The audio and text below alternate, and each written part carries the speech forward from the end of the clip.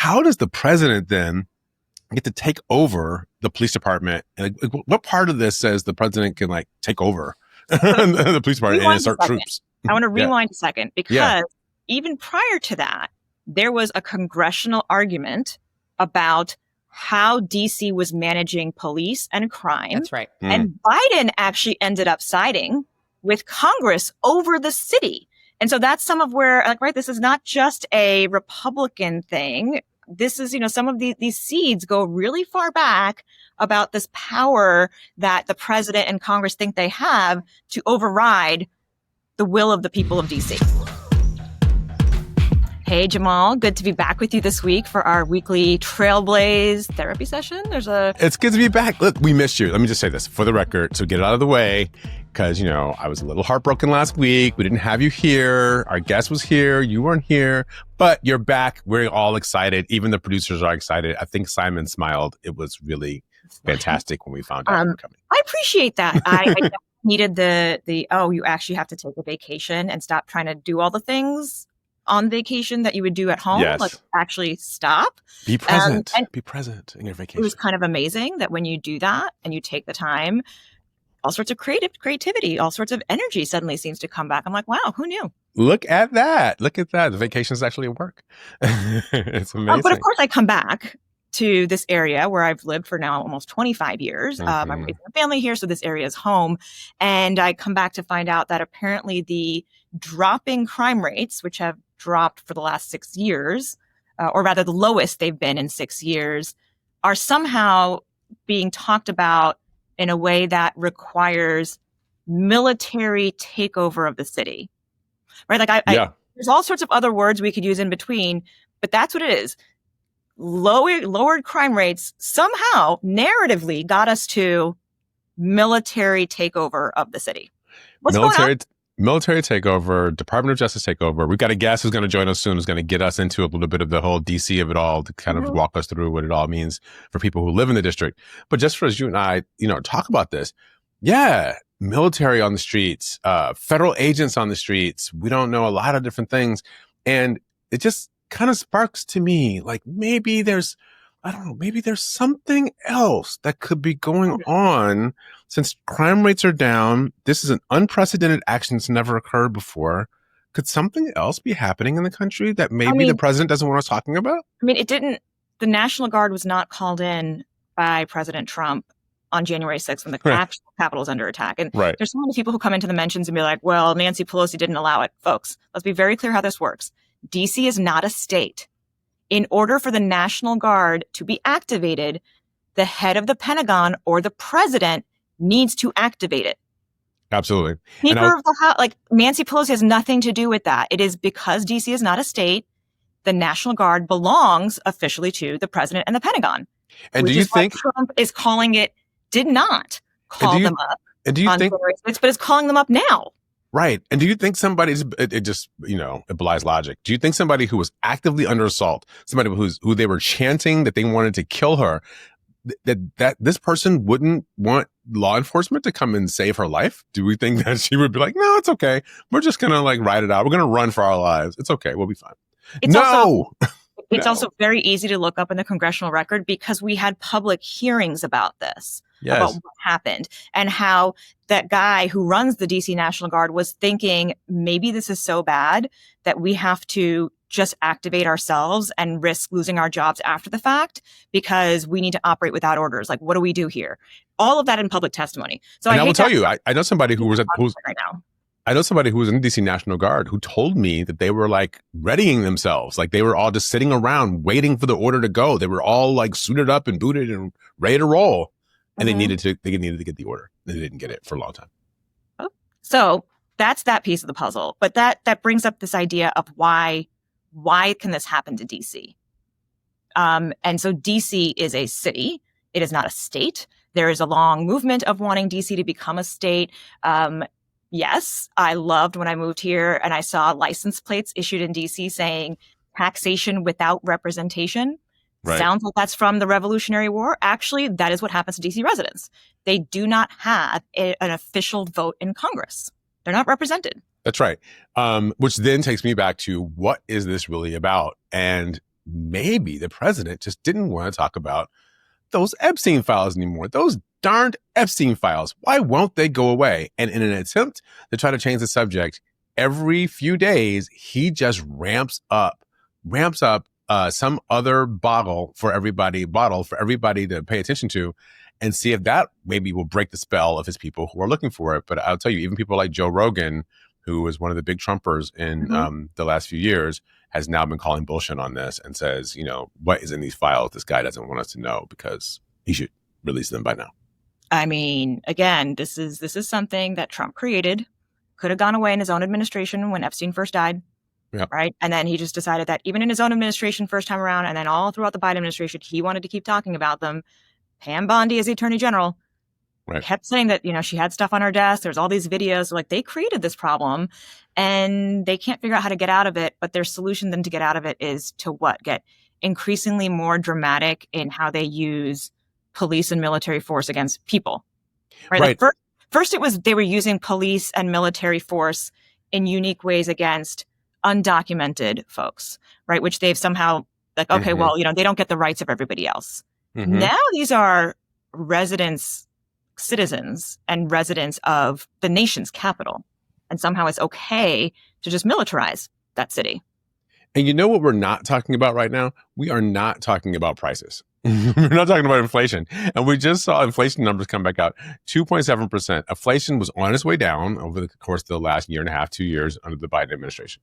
And the Fed has said it wants inflation to go back to 2%, but it can't seem to fall below 2.7%. And even the core inflation number, I don't want to get too wonky, but it's up over 3%. So there is like real evidence that prices aren't really going down for people. And when you hear shopkeepers talk about this, you hear citizens talk about consuming, like how much things still cost. That was why the president was elected for many people, was to deal with the high cost of living. And apparently that still exists. Well, listen, I can tell you in the Soviet Union, they had plenty of armed military folks walking around the streets and very few things on the shelves. That's a classic image of what was discussed about why the American way of doing this was so much better than the Soviet way of doing things. And ironically, Trump is going to be meeting a former Soviet KGB chief, and that's Vladimir Putin. He'll be seeing him this week.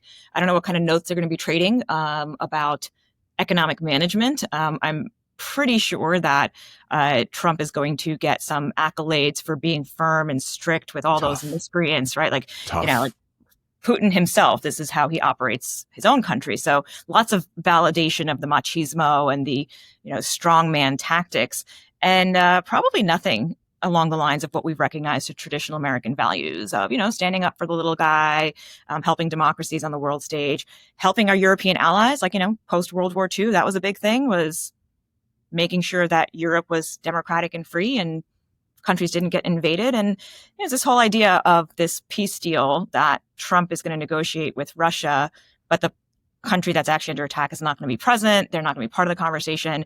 And their starting point is, just give away a piece of Ukraine. Right.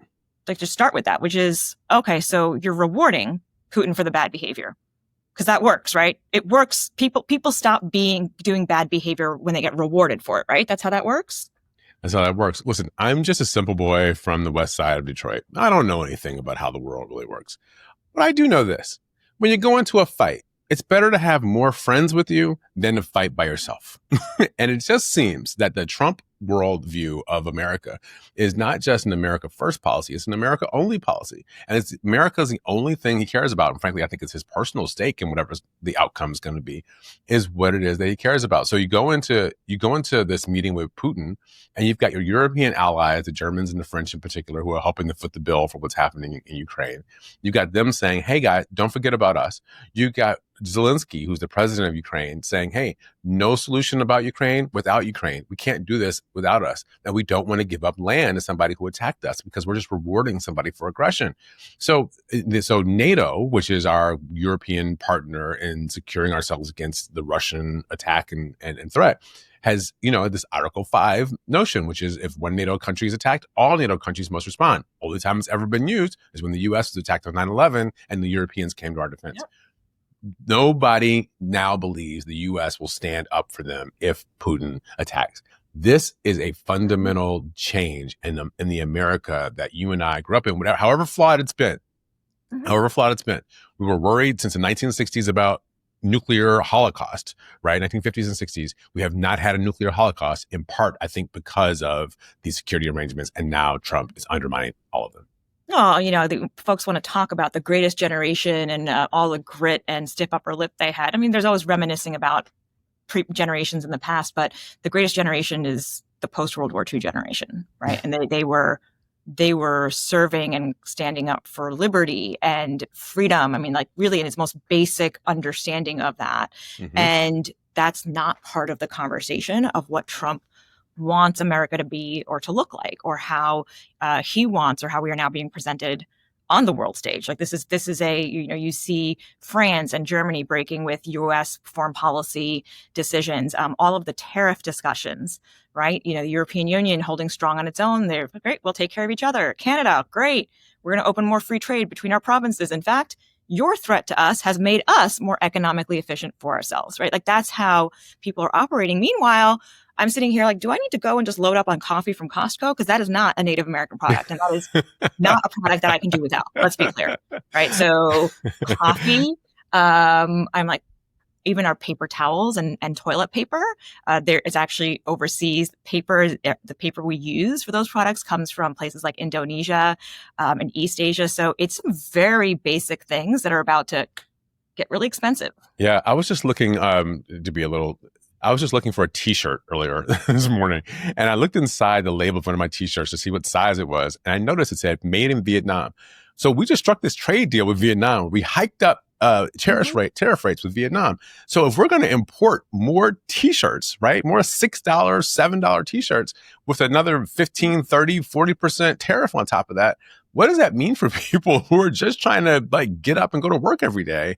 It's going to cost everybody more money. This is a tax. And so I just think what's happening in DC, what's happening tariffs, these are all distractions from something. And the only thing I keep coming back to is the president doesn't want to talk about Epstein.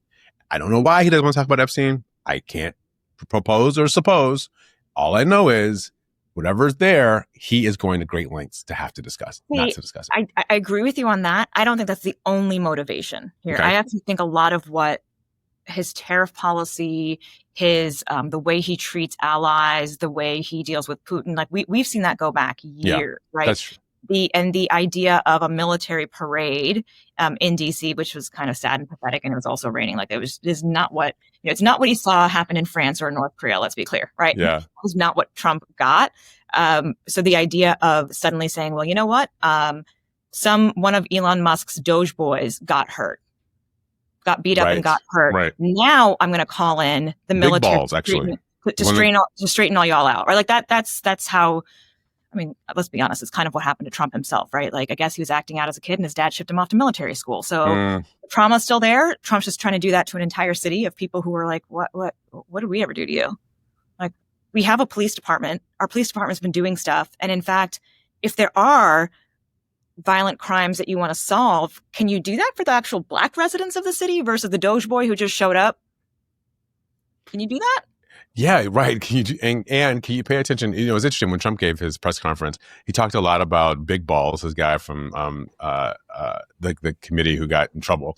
He talked a lot who got hurt, the Doge guy. He talked a lot about people from the Obama administration or the Congress or all these people with titles who were hurt. He didn't really talk a lot about what's happening with citizens. And so speaking of citizens, I think we have a citizen who is joining us from Washington, D.C. So I just want to introduce everybody to Courtney Snowden. Courtney was the deputy mayor in Washington, D.C. for a long time. I think she was appointed back in 2015. She was deputy mayor for Greater Economic Opportunity. And she now is still a Washington resident. She was born in Washington, D.C. Courtney Snowden, thank you for joining Trailblaze. Honored to be with you both. Courtney, great to have you. And we really wanted somebody who is an actual D.C. resident and not a transplant like myself, though I, have been in the area for 25 plus years. Y'all always do that, you transplants. I know, but like there is a real vibrant city here that doesn't get its own budget, that doesn't get representation in Congress, and everyone just kind of forgets that that's what's going on here. So yeah, what are you thinking after this week of events? Oh, I have a lot of thoughts after this week of events. A couple things. We actually do have our own budget. DC is a full-fledged city that operates very much like a state. We are taxed, fourth highest taxes in the country, 700,000 residents, up from about 500,000. And when I was growing up, one important fact, I'm a sixth generation Washingtonian. There aren't many of us. So I want to make sure we shout that out as well. That's right. Yeah. Jamal and I have talked for years about what that means. I'm a native daughter, as you can see from my t-shirt. Look, DC is a city that is beautiful and has tons to offer. We represent our country very well as the capital city. But it is true that 700,000 residents live in the District of Columbia. They live, they work, they pay taxes. And what I'm very excited about is they live safely and freely in walkable, livable, beautiful, clean communities. Now, like any city or small town across the country, they experience crime. But the city and our Mayor Muriel Bowser, has done an excellent job at combating crime. And we have seen some pretty amazing things happen in the last few years. We have seen crime drop to an all-time low. Violent crime is down almost 30%, which means we're doing something right without federal intervention. So we have a lot to talk about. I'm just looking at those numbers. I pulled some out just for the conversation. Homicide down 11%, sex abuse down 50%, assault with a deadly weapon down 20%, robbery down 28%. So as you said, like, we have seen these violent crime rates drop.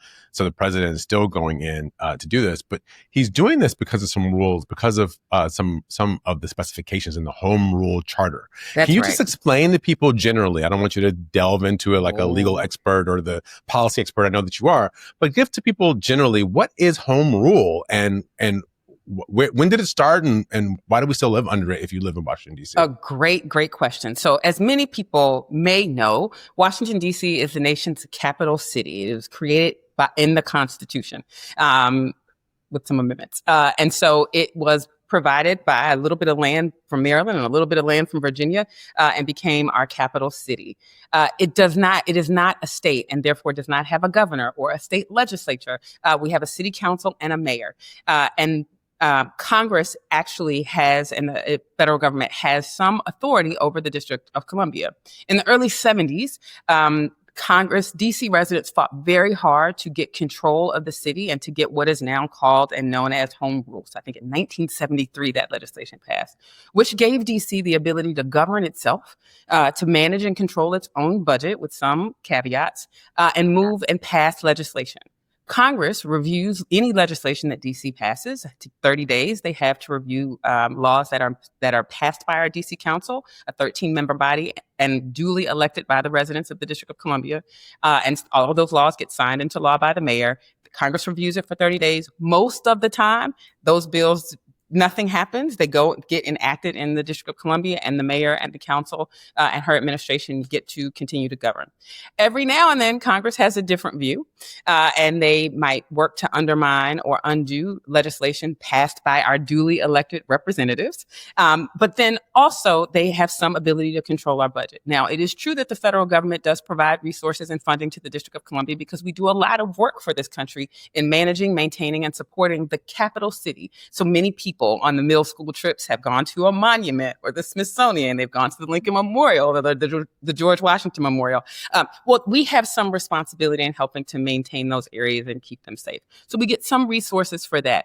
We're also the nation's capital, so we bring and invite lots of tourists into the city. And so we get some resources to help support tourists as they come to enjoy their capital city. And so so I want to jump in here, but I just want to know also, this is great. How does the president then get to take over the police department? Like, what part of this says the president can take over the police department and insert troops? I want to rewind a second because even prior to that, there was a congressional argument about how DC was managing police and crime. That's right. And Biden actually ended up siding with Congress over the city. And so that's some of where, this is not just a Republican thing. This is, some of these seeds go really far back about this power that the president and Congress think they have to override the will of the people of DC? So it's a little bit more nuanced than that. I think we had an interesting fight about a comprehensive crime bill in the District of Columbia. There actually was a little bit of a difference of opinion between the mayor of DC, Muriel Bowser, and our council. They passed sweeping changes to our criminal justice law, some of which she did not agree with. And she made her case very strongly to the council that they should reconsider it for a couple of reasons. One, because we knew congressional action was possible. But two, I think, and importantly, because there were some decisions maybe that the council may have made that had a negative impact on our ability to impact crime and to provide the resources law enforcement needed to do their job. Now, there's a lot of discussion about this still in the city. Congress then acted to undermine that and undermine the law that the council passed. And while the mayor opposed congressional action, she also wasn't completely excited about what the council did on that bill. So there's a little nuance there. Was Congress get invited in, or they just stepped in? The mayor would never invite in Congress into our affairs. I think she would want me to say that very clearly. But they did jump in it. And she wrote a letter encouraging them to stay out of it, but urging them to let DC do its job and do its job effectively. But Congress does have the authority based on the Home Rule Act to do just that very thing. And if they disagree with something that the city has done or its legislature has done, they can undermine it. It's an unfortunate reality about not being a state. So I'm going to give people a call to action when you give me an opportunity to do it. But it is so critical. It's why it is so critical that DC, which operates like a state, pays more taxes. The residents pay more taxes than almost every state in the country. Only 4 other states pay more taxes than District of Columbia residents. It's why it's so important that they become a state. We don't have a voting member of Congress. We have a non-voting delegate, Eleanor Holmes Norton, who has been our fighter for a very long time. There's a lot of discussion about her right now. And we have no votes in the Senate. Regrettably, DC is often a petri dish for the country. Many times, our friends on the Republican side choose to test their theories out about what policy might work or might not work. And they don't do it in their home states or cities or communities. They do it with DC because they can. So we've seen this happen in a number of ways. When needle exchange programs became best practice, DC was unable to fund their locally created needle exchange program because Congress prevented us from spending our own tax dollars on that, not federal money. There are a number, they did this also with domestic partnership years ago before marriage wasn't something that LGBTQ people could engage in legally. And they've done it with other parts of our budget. They've done it with this crime bill that was passed. And now they are doing it as the president has decided to send troops, National Guard troops and other federal law enforcement agencies in to do a different job than the job they actually have to do and are required to do every day in communities. It is such an interesting example of how power untied to any election or any people, community engagement, what can happen. Like you said, these members of Congress have ideas. They can't do anything in their own districts because of the dynamic and community dynamics, but they can do it on DC. They can do, right? They can exact their will on DC in some really problematic ways. So, to Jamal's first question before I jumped in on him, how is it that suddenly the National Guard, which is a military organization, typically a state militia, it's the equivalent of what the founders thought of as a state militia. How is it that a state militia can now be activated and patrolling DC? Well, it's a really funny question to ask and something to think about both now and in recent history, because there was actually a big day in our recent history where the National Guard probably should have been called in, where the mayor asked for the National Guard to be called in, where sitting members of Congress asked for the National Guard to be called in. And because the mayor is not a governor, she does not have the authority to actually do it and has to rely on the president of the United States to do it. That they didn't get called in because President Trump did not think we needed the National Guard and their support on January 6th, even though we saw that maybe it would have been very helpful to have additional support on that day. Now we have a moment in time where the president can activate the National Guard in DC because, again, it is not a state and he has the authority to do so. Now, I would argue that now that I've read the executive order a few times, that maybe he's relying on some what we at some point started to call alternative facts, but I think some just deep inaccuracies. Here's the truth. Crime is down in the District of Columbia. Jamal went through the stats. We saw and crime has been going down consistently in the District of Columbia for some time. We saw a spike like every other city did during the pandemic. People had a lot of time on their hands and not a lot of resources.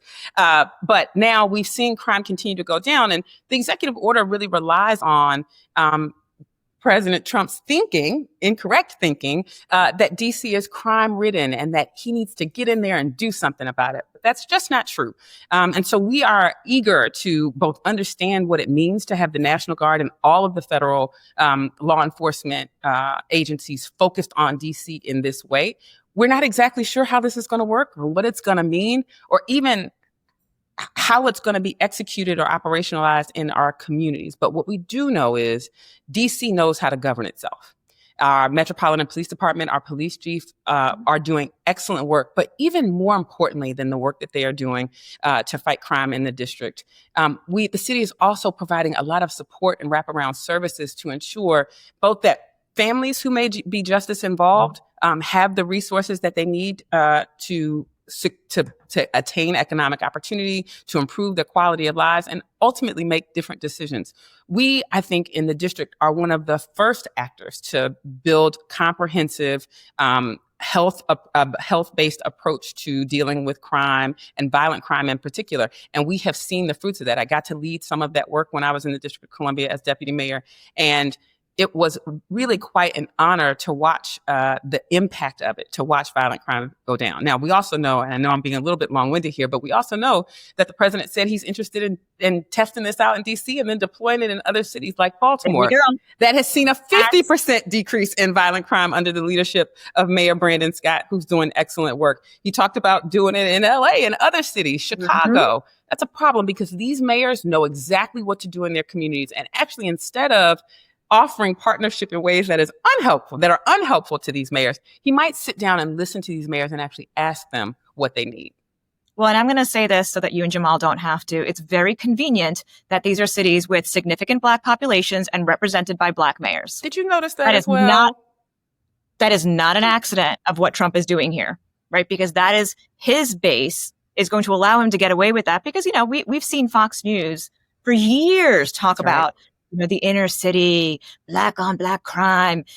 The data is showing everything is getting better for the residents of these cities. So suddenly, where does Trump put all of this energy about, the idea of militarizing the police? He wants to be a strongman. He likes the idea of martial law, being able to, where does that energy go if the data is real and trending in a good direction for these people? So it's a very insidious and sinister way of approaching community engagement, of approaching democracy, anything that we know about how we function as a city.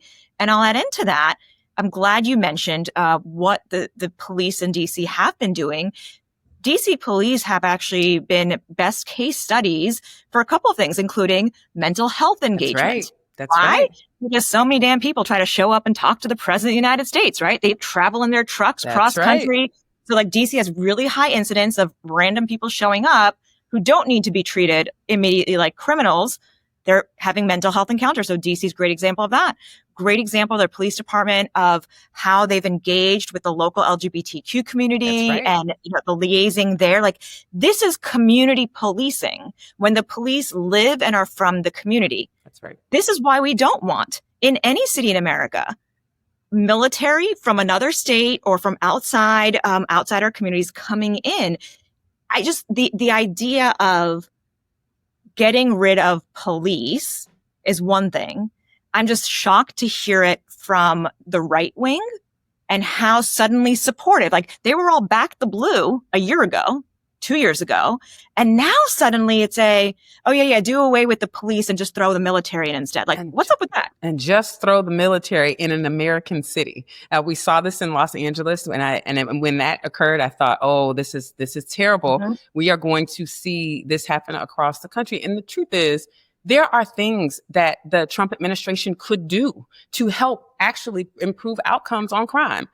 We right now, and because DC is unique, we don't have elected judges. We actually don't prosecute most of the crime that happens in the District of Columbia. In fact, we do prosecute crimes committed by juveniles and young people, but we do not prosecute violent crime committed by adults. That is the federal government's responsibility. We have two actually really, really big problems right now. One, we don't have enough judges to actually hear all the cases that need to be heard. And while there aren't that many, as the president might suggest, there are some. And we have a more than 20% vacancy on the court that is responsible for that in the District of Columbia. He could work with the U.S. Attorney's Office and make sure that they have everything they need and all the resources that they need to be able to effectively prosecute. He could provide resources to make sure that our law enforcement teams have what they need to be able to effectively investigate crime. He could stay out of our communities so he doesn't undermine the trust that our local law enforcement has worked so hard to build up. There's a ton that the president actually could do with in the current structure that would make a huge difference on crime for DC residents. But that's not quite what he's chosen to do this time. He's chosen to militarize law enforcement. He's chosen to take people off of the very important work, the FBI, the National Guard, off of the very important work they're already doing and focus them on in a place where we actually don't need their help. But it would be great if he would do some of the things we've been asking them to do, at least for the last 10 years, but certainly longer. So, Courtney, there is something also another layer of strange about how DC is managed as a city, that parts of the city are federal land. So, for example, some young kid was smoking weed on one of the circles in town, and that circle itself is federal land. That's right. Now, the streets and everything else, and maybe the apartment this kid lived in, are not, and DC does allow for smoking weed. But this kid was arrested by the FBI on federal land. So help us understand how that plays into this National Guard dynamic, and can that potentially mean a permanent military presence in the city? I mean, it could. We certainly hope none of this is permanent right now. Just by law, the president has can do this for 48 hours and then 30 days, and then after 30 days, Congress has to act and engage. And so we certainly hope Congress does not allow this to go on. And one thing I would say to all your listeners is a way that you can be helpful is by calling your members of Congress. Please call your 2 senators. Please call your member of Congress and tell them to leave DC alone. Let DC handle its own business. We know what we're doing. The mayor and the council know what they are doing.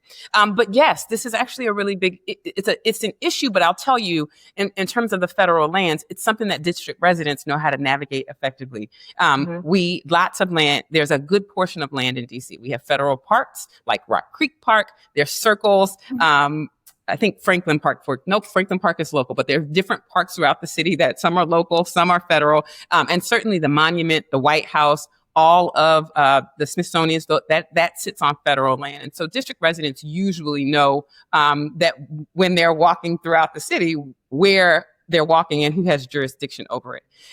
So one, no, we hope this is not permanent. Right now, he doesn't have the authority to the extent that he respects what authority he has. He does not have the authority to have this go on in perpetuity. One. Two, we want to make sure people are very, very clear that they need to be very, very careful. With increased law enforcement presence, there's going to be more law enforcement activity. Now, the National Guard does not have the authority, nor does the FBI have the authority to detain to arrest people. They can detain someone for a short amount of time and call the Metropolitan Police Department to have them come actually make the arrest. But most of these federal agencies are unable to arrest folks moving around in the District of Columbia. So it's also an important note. And then I would say I am the mother of 2 Black boys. I have an 8-year-old and a 16-year-old. I've had a very hard and long conversation in particular with my 16-year-old about how he moves around the city. I want parents to take the time in DC to really have the conversation with their children about what this means to have stepped up and increased law enforcement presence. One, I know it is going to have a chilling effect on our economy in the district, which I'm very concerned about. Do you want to go to a restaurant if the National Guard or the FBI is hanging out in front in large numbers? Do you want to go to your local business or your local grocery store while there's a huge or significant law enforcement presence? Or will people feel real fear? Will they decide not to engage? Will they make different choices about where they do their shopping? And will tourists and others who enjoy our city make very different choices about whether or not they come in because of all of the terrible messaging that happens to be untrue about our city? And so that's something else we also need to be thoughtful about. So one, I want parents really talking to their children about how to make good choices as they navigate the city right now, one. And then two, I really want people outside of the city calling their elected representatives and telling them to leave us alone. All right. Courtney Snowden, thank you so much for joining us today. It's exciting to have you here finally. Honored to be here. So excited to get the invitation. Awesome. Well, we will talk to you again soon. And thank you for being on Trailblaze.